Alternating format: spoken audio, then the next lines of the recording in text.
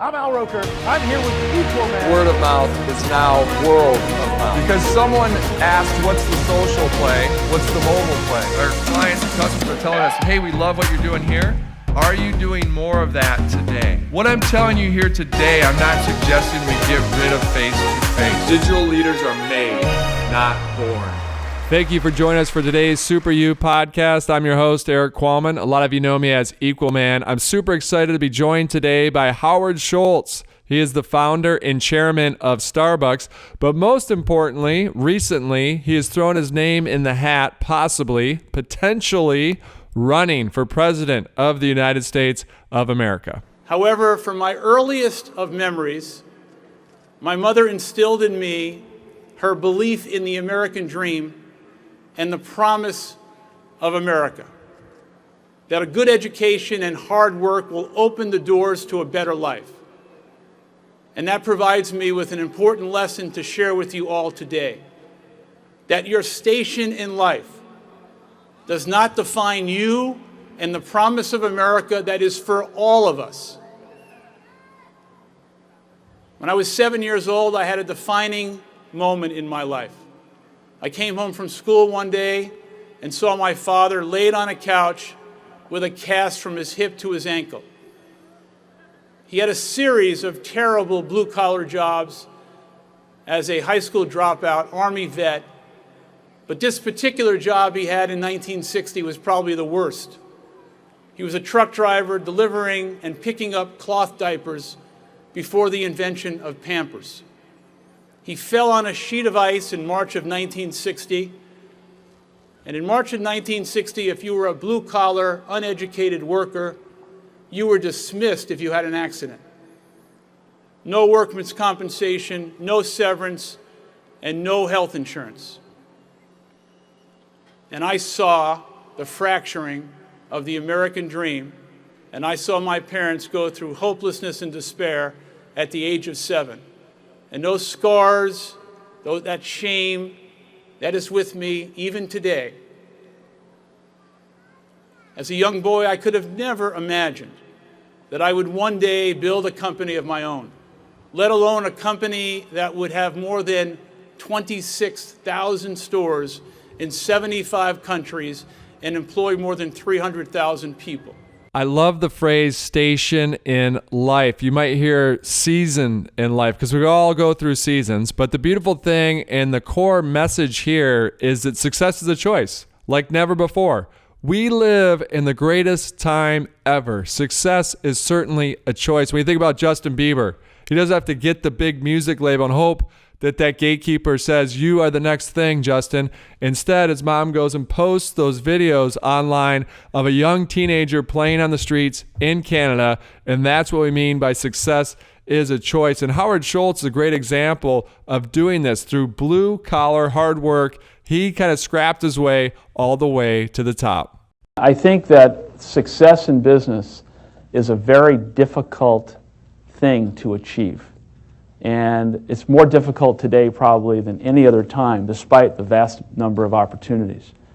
And as it relates to finding your calling in terms of what the opportunity or the entrepreneurial adventure is going to be, it has to be linked to something that you are so passionate and crazed about that you're willing to knock down walls and climb mountains and do the things that are going to put yourself in a position of sacrificing so many other things for its success. And you can only do that when there's a compelling underlying feeling that you have that this is something I'm going to fight to the death for. And without that, I think it's going to be a commodity-based experience not only for the customer but for you. And I think you can't really succeed at the levels that you want to unless you find that thing that you're so passionate, excited, and in love with. And I think because you've got to, along the way, you're going to have to convince so many other people to believe in you and the idea and the opportunity, and the struggle and the obstacles that are going to come can only be overcome by this passion that you have, in which you're going to be able to get people to follow you over those hurdles. I know it sounds a little bit sophomoric, but it's so true. It is harder than ever before. The competition is fierce. There's over 7 billion people on this planet.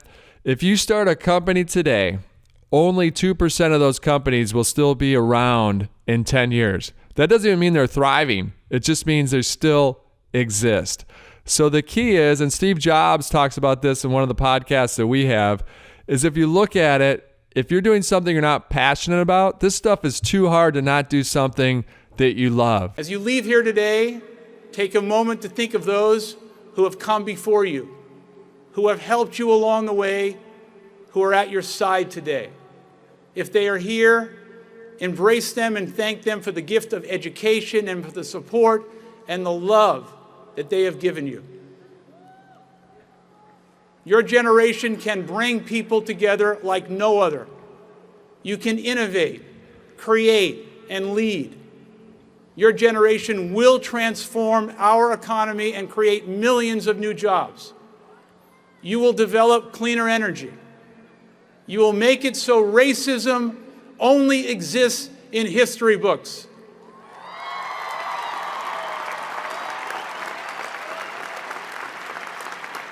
Yes, you will. You will be the generation that teaches the world that we are at our best when we recognize, respect, and celebrate our diversity.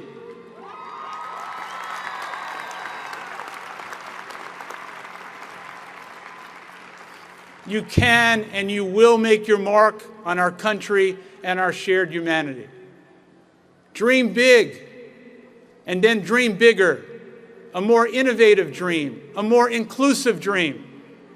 All of you will preserve and enhance the promise of America, the promise that propelled me out of public housing, the promise that will propel you forward regardless of the color of your skin, your religion, your gender, your sexual orientation, or your station in life. That's a great one to end on. Dream big. As we always like to say, set those laughable goals. You want to have a goal where people around you are laughing, going, that's crazy, that's so audacious.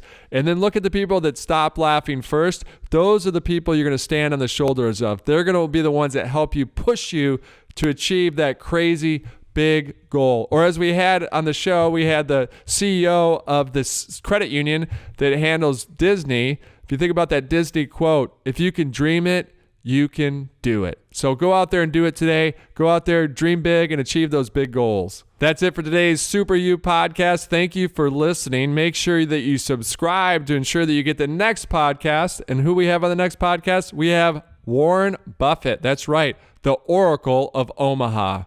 Coffee shop with a familiar name creating quite a stir in Los Angeles. The coffee shop, get this, it's called Dumb Starbucks. That looks exactly like a Starbucks. The logo, the lettering, the green coloring. How do they get away with this? Because they put the word dumb on top of Starbucks, so they're parroting Starbucks. A coffee chain notorious for suing imitators may have finally met its match. At the counter, customers can order a dumb venti or buy a CD of dumb Norah Jones duets. Some people waited in line for up to an hour.